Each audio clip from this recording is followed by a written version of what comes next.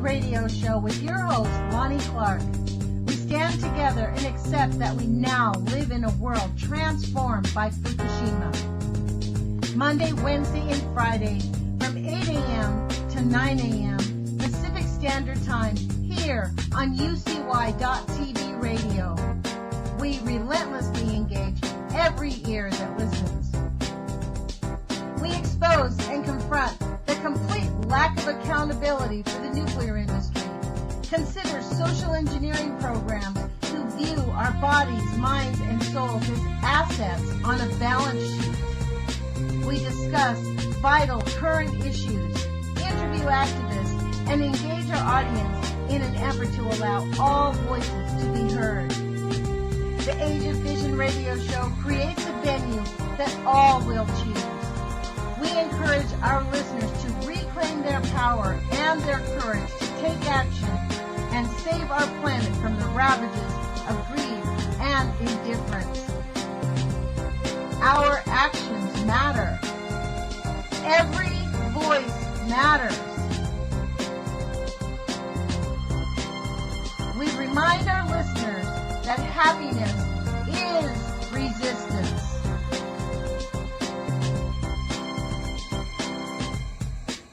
Love is greater than fear.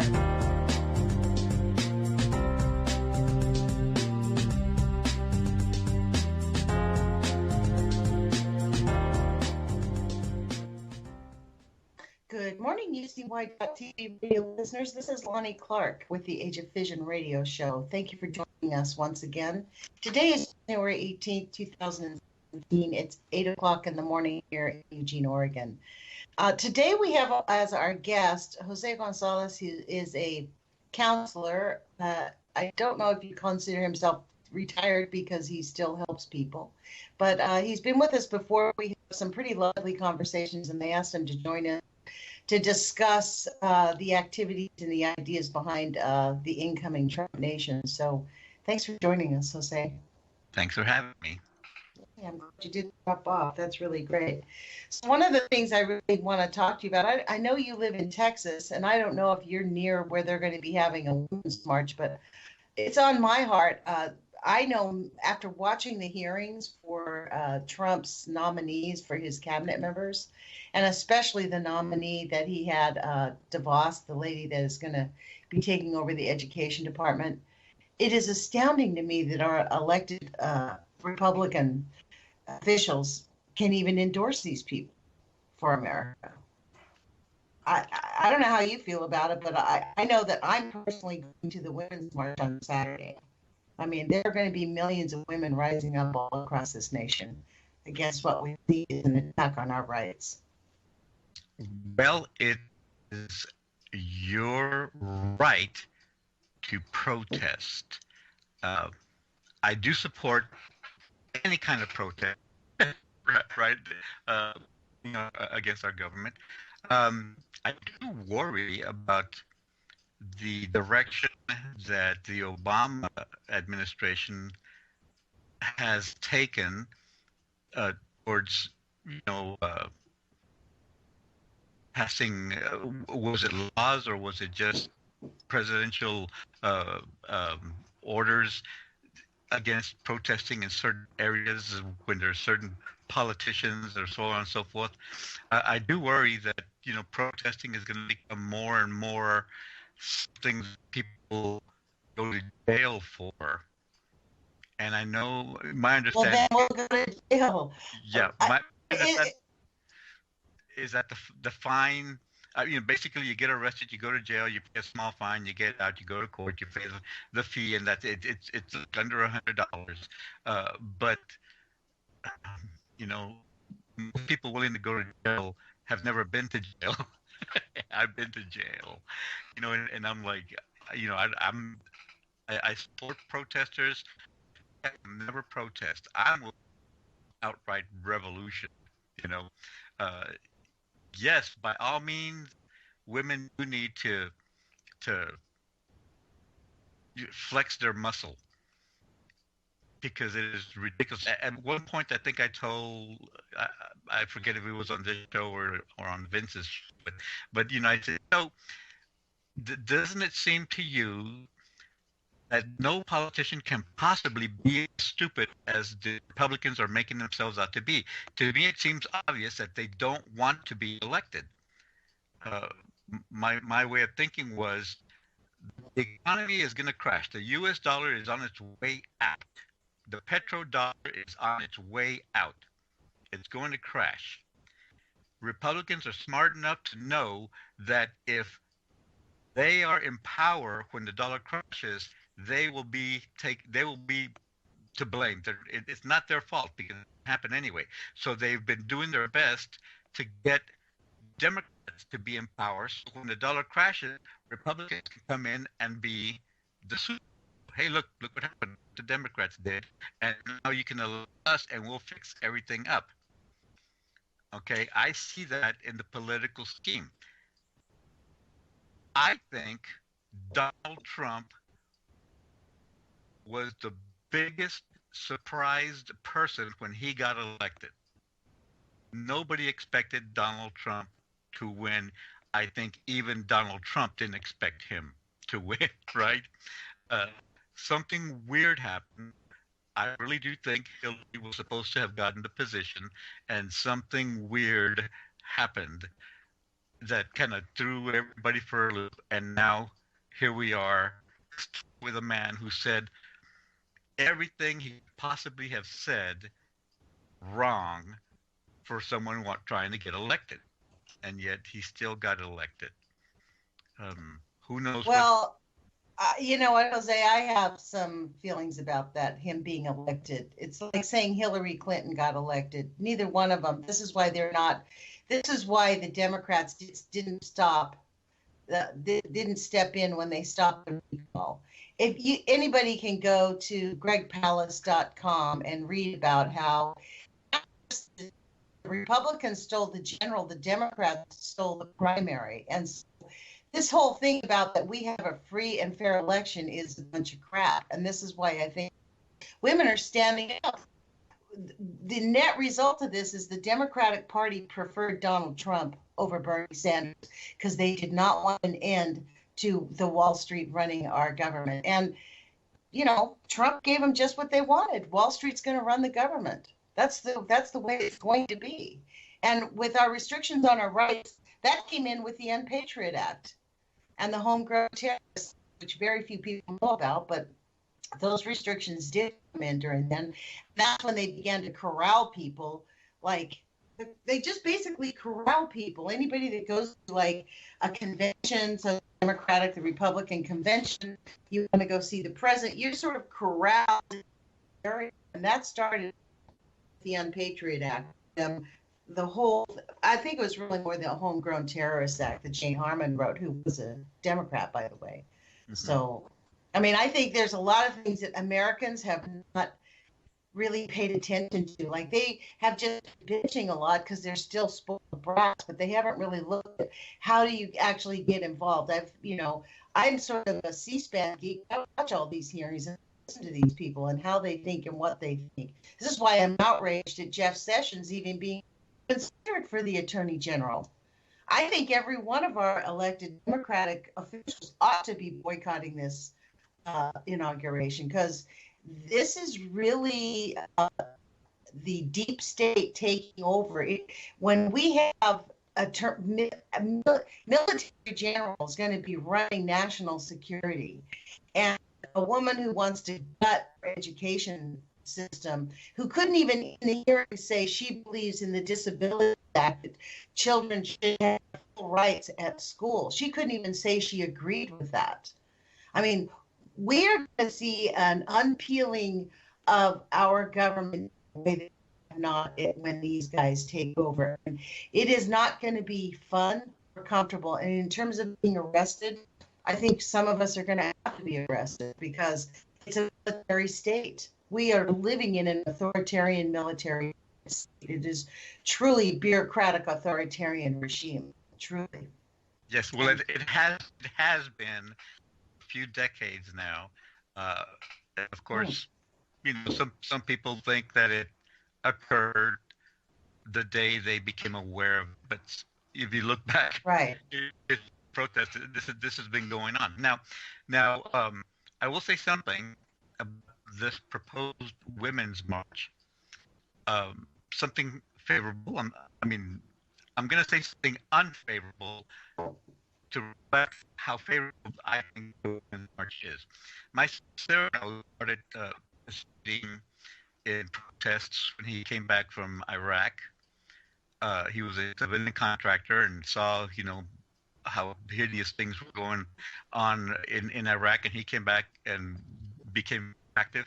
And he pointed something out that I had seen too, that Americans protest when it's convenient for them to protest. They had marches on Washington on Saturday and Sunday, and I'm like, well, why do they protest on Saturday and Sunday? Nothing's going on, on Saturday and Sunday. You're just getting in the way of a bunch of tourists, and folks would protest, Friday night until Sunday afternoon, and then they had to get back to work. And my son would criticize them because basically they were just, supporting the system, but still instead of protesting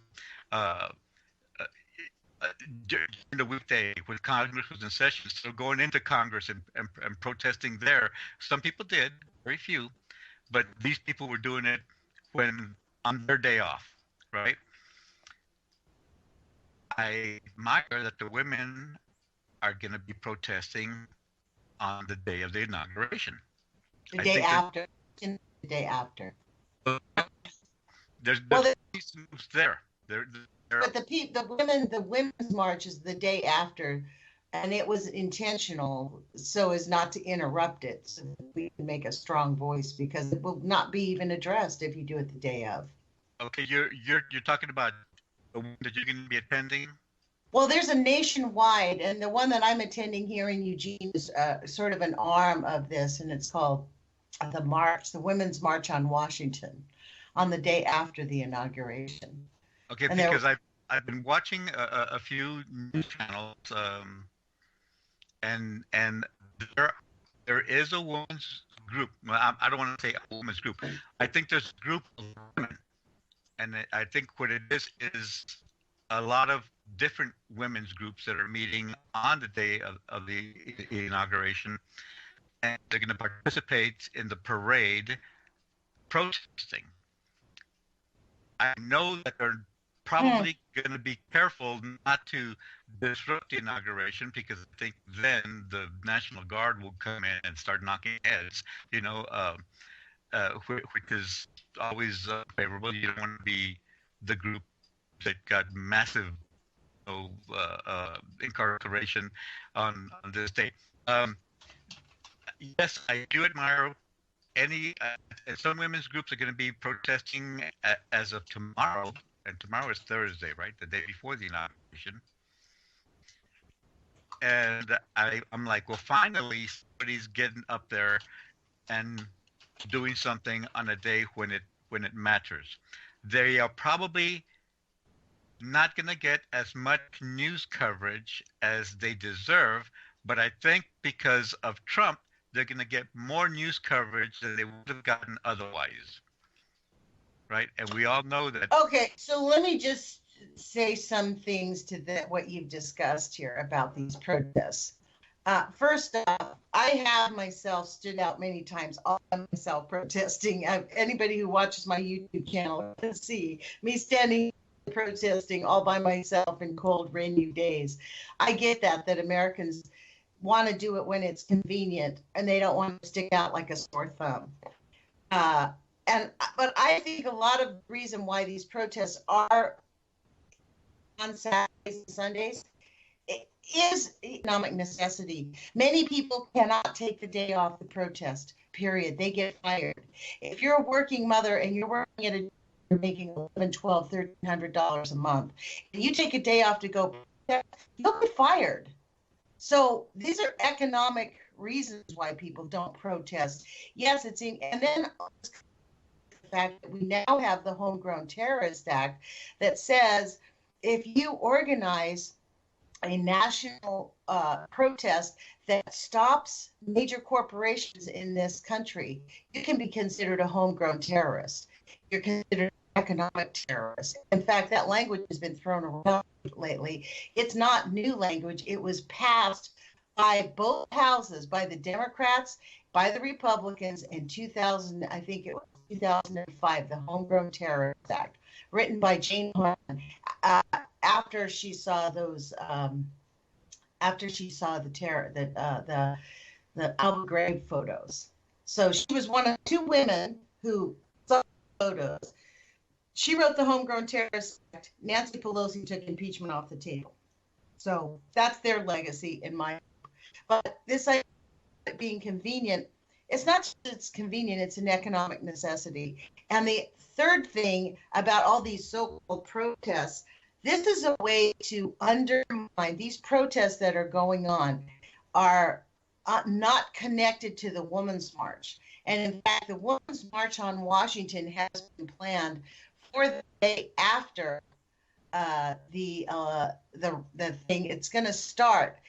There was a conversation. There was like when it was first going around on Facebook at the very beginning, several weeks ago, like before or after was a conversation. But the idea is that you're going to have a lot of people in Washington, D.C. on that Friday because it's a Friday. So it's a natural kind of kickover to have it on the Saturday.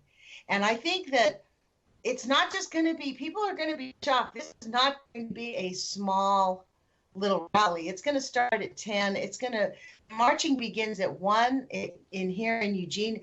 Our marching is going to start at noon. And it's really about the whole idea about for us to find our voices, because people have been so oppressed through the last 30 years, Frank, slowly and ebbed away. And this is just the final, they're knocking the wood on us, And so I think people, especially since the won the election, I won't say that he, I don't think we elected him, but he won the election.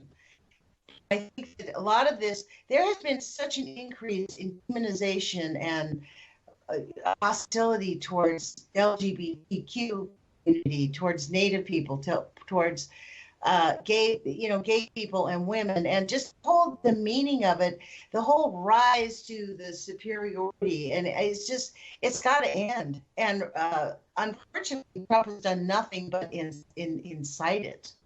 I mean, he's going to go off the charts when he sees how many millions of hundreds of thousands of women are going to be out in the street on that day.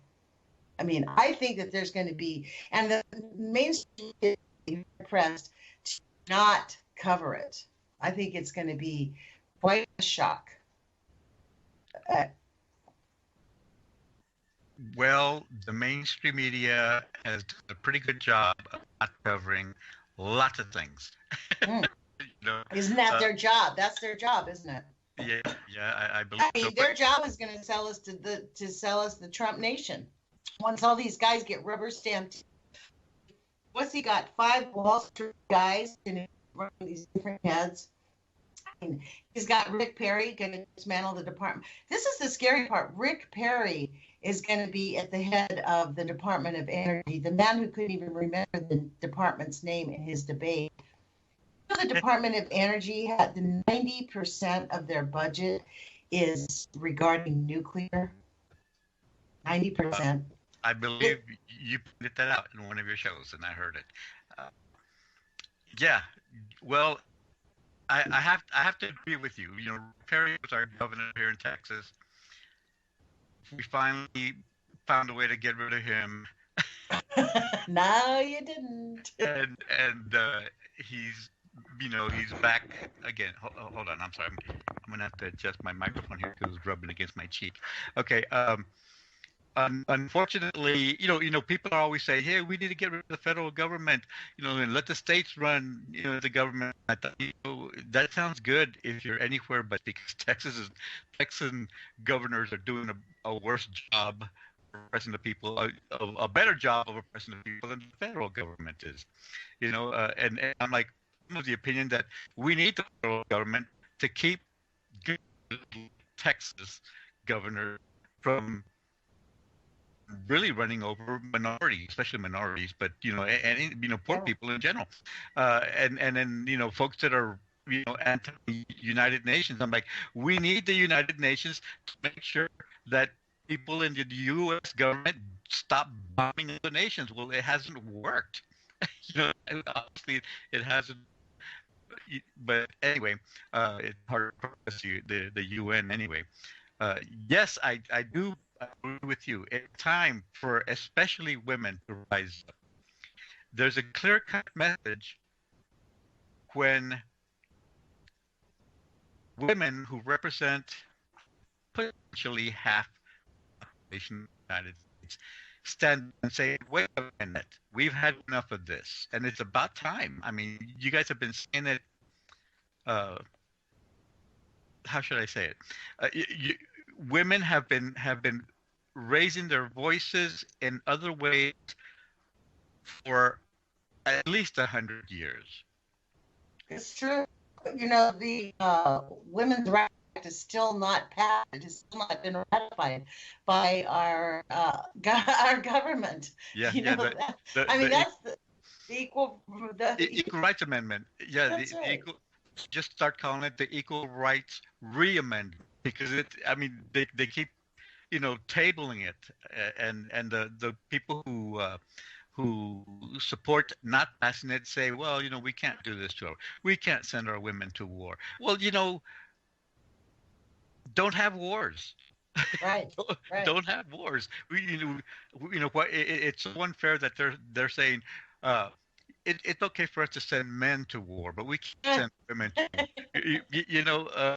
Yeah, 'Cause it's okay to kill the guys, but not the women. yeah, I mean, women's figure women's fingers can pull triggers just as well as men's fingers. I mean, there's as far as war is concerned, that's all it's about. There's no real hand-to-hand combat. We don't go out there with swords, hammers, and axes anymore. Those days are gone. Uh, you know, If we had that nowadays, we would have less war. Part of why the United States has become so egregious has to do with the drones. I mean, there's many things that our government is refusing to look at. I mean, when we look at the whole pie of, I mean, if you look at our economic pie, where we spend our money tells us who our values are. I mean, the amount of money we put into childcare, health care, schools is a tiny sliver. I mean, we give Israel more money than we give our schools every day. You know what I mean? It's just an outrage.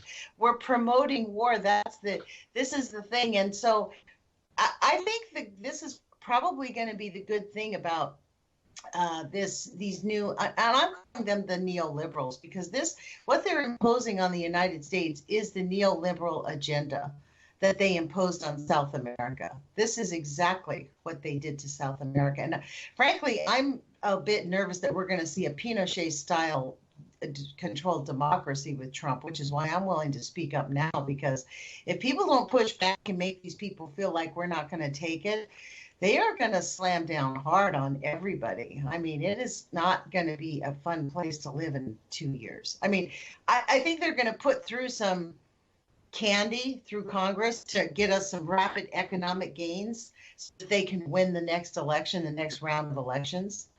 But the thing will unravel within 4 years because it can't stand on its feet. So we're in for some serious uh, shakings ups here. What's really amazing? I don't know if you thought of this, Jose, but where's been Hillary Clinton? Don't you think that's kind of a shock that she has been completely silent? I have noted her silence. I mean, her silence is deafening. Mm-hmm. Isn't it? With everything, I mean, with the recount, where she poked her head out once, I believe, and that was it. Um, I'm not. Remember, I'm not too big into politics. I'm more into sociology and psychology, right? So I see the sociology and psychology of politics because it's something you have to you have to recognize when you see patterns develop. When he was president, he would she would be in jail. You know, the media did kind of call him on the nose. You're going to start jailing your opponents, but I knew what Donald Trump meant, and far be it from me to defend Donald Trump, right? I'm not a Trump fan whatsoever, not just because I'm Mexicano, but because I know how to think, right? Yes, I said yes. Finally, somebody who's going to punish the crimes of the previous administration. Let's hope. I hope Donald Trump puts Hillary Clinton in jail for the things she did during her tenure under Obama. That's not going to happen. He's already said it's not going to happen. He doesn't want to punish her. He doesn't want to make her life difficult. He literally said that. Yeah, he already said that. I didn't. Yes, he did. Yeah, he doesn't want to. He doesn't want to go. They're good people. He doesn't want to go after them. They're good people. Those are in the past. Let's hope he's lying about that. He's their friends. This is the funny thing. I like the way he's pushing the media around. I'm like, that is such a game. It's such a game. People are buying that hook, line, and sinker as if that's even real. He's doing that. He's a barker at a circus, is what he is. Yeah. Well, he's an entertainer, and he got a lot of free press for it, right? What was it? 23 times more press than Bernie Sanders was given. Wow. And he got it for free. Bernie Sanders couldn't buy press when he needed, and as far as, Bernie Sanders was concerned, I wanted to love Bernie Sanders, but I saw what was going to happen because I see the patterns, Me too. And I was like, I want to jump on the bandwagon, but I see that these wheels are going to break. It's not going to be Bernie's fault. If he's not in on the plan, it's not going to be his fault, but he's going down. Heart's going to break, and I've had my heart broken before. And I'm not going to jump on that bandwagon because I see the pattern. And I hate that I was correct on it. Me too. I'm with you on that one. I stopped donating to his campaign about, 8 months into it. At the first, I was like starting to contribute every month, give $50 a month. Mm-hmm. Within a few months, I just smelled a rat. I could tell. They're going to say either I felt like they're either going to set him up or he's in on it. And frankly, when he didn't walk out of the convention and give them the finger and say, hey, we're going to go win the election, the third party, which he could have, mm-hmm. I was livid. I felt so betrayed.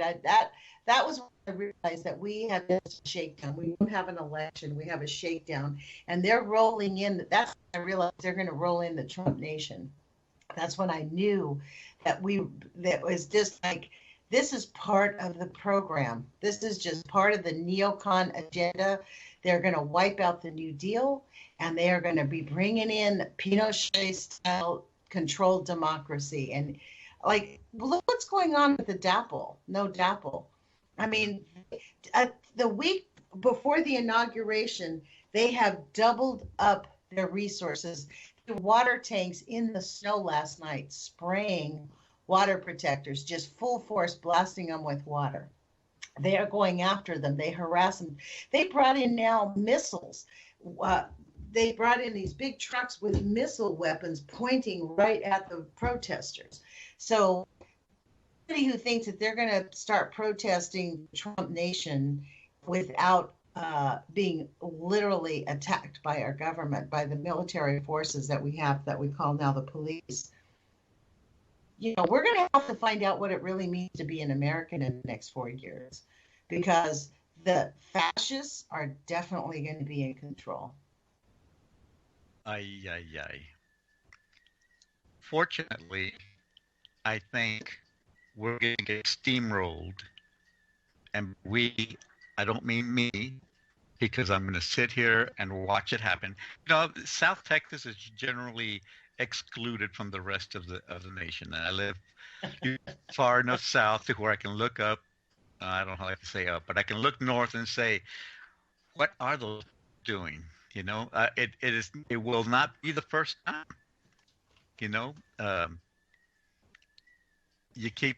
I think the BBC, put out a documentary in which they said, okay, but the American people were going to rise up. If the American people were going to rise up, 9/11 was the time to do it. 9/11 happened, and the people didn't rise up. Some people did, and then they said, well, but when they people were too scared to rise up in 9/11, they surely were going to rise up with the passing of the Patriot. Okay, the Patriot Act passed, and the people did nothing. Right. And the narrator just keeps on saying, okay, but now that the U.S. government is going to do this, the people are going to have to. Well, we're not, and I mentioned my son Cyrano. My son Cyrano, one of those who rose up and made a stand. He got up and say, "Hey, everybody, come with me," and he went out there and made a stand and got arrested and went to prison for 7 years. And you look back, nobody was following him. Wasn't worth it. But you know why it's worth it? Because he stood up for what he thought was right. Well, yeah. My number one rule is at all costs avoid really there are ways to legally protest. You can legally protest in this country. I mean, there are ways. You just have to stay, in certain places. And I don't believe in challenging the authority of the cops, to be honest. They're just regular human beings who really are just doing their job. They're asserting this thing about how you can't protest in front of any national monuments now. People get arrested at the Martin Luther King Monument because they put up a sign with quotes, and they were going to do their own little ceremony, and they got indignant and got to a scuffle and getting arrested with these really $18 an hour cops. These cops don't look like they were being paid a lot of money. You know what I mean? They're just security guards, really.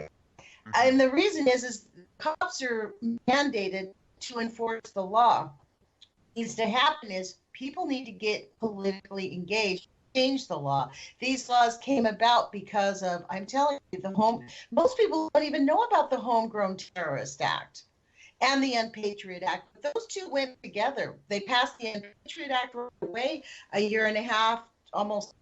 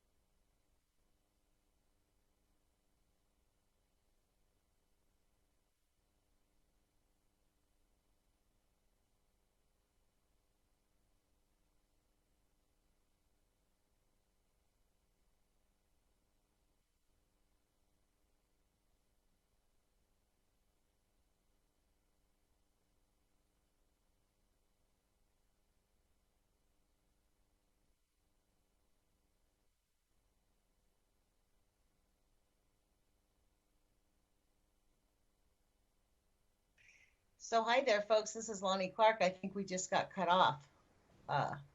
So I have called us back. And I don't know if we're back on, but it looks like I am here, and I'm trying to reach Jose again. But I guess talking about the homeless shelter is a little bit too much. So I don't think Jose's back on the line. So we'll see. Hold on just 1 second so I can give him a call back. I think he's gone. I think we lost our connection with Jose. Well, that was actually quite an interesting thing. So let me get back to this issue of this Women's March. Part of the reason that I really wanted to talk about it, we have about a minute left, is that this is really about us standing up for all of us. It's not just a women's march. It's about us talking to the Wall Street fascists who are about to throw us under the bus, that we're not going to take it. That's why it's so super important for all of us to get out and get active. And I want to thank Jose for joining me and really giving me some good food for thought. He's always actually really awesome, which is why I hope to have him back on. So I would suggest to everybody that, you know, put your courage feet on. And having your courage feet on means being willing to go out and go to your city council meetings, go to your county commissioner's office, pay attention to your local politics, because the change does start from the bottom up. And hold your local police department accountable. I mean, we had big engagements here in Eugene, Oregon, with our local police department, and it definitely did make a big, huge difference. And I think it's not perfect, but there was some things that really did get improved. So anyways,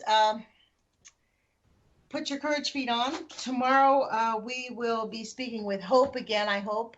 And put your courage feet on. We have the Trump Nation coming in. As you can tell, I'm kind of anxious about it. I'm watching these hearings, and they don't give me a sense of comfort. They give me a voice for action. So I am going to be much more active. Put your courage feet on. Thanks for joining us. Thanks, Jose, for joining us. If you're out there and listening, really appreciate your voice. We'll talk with you guys soon. Take care.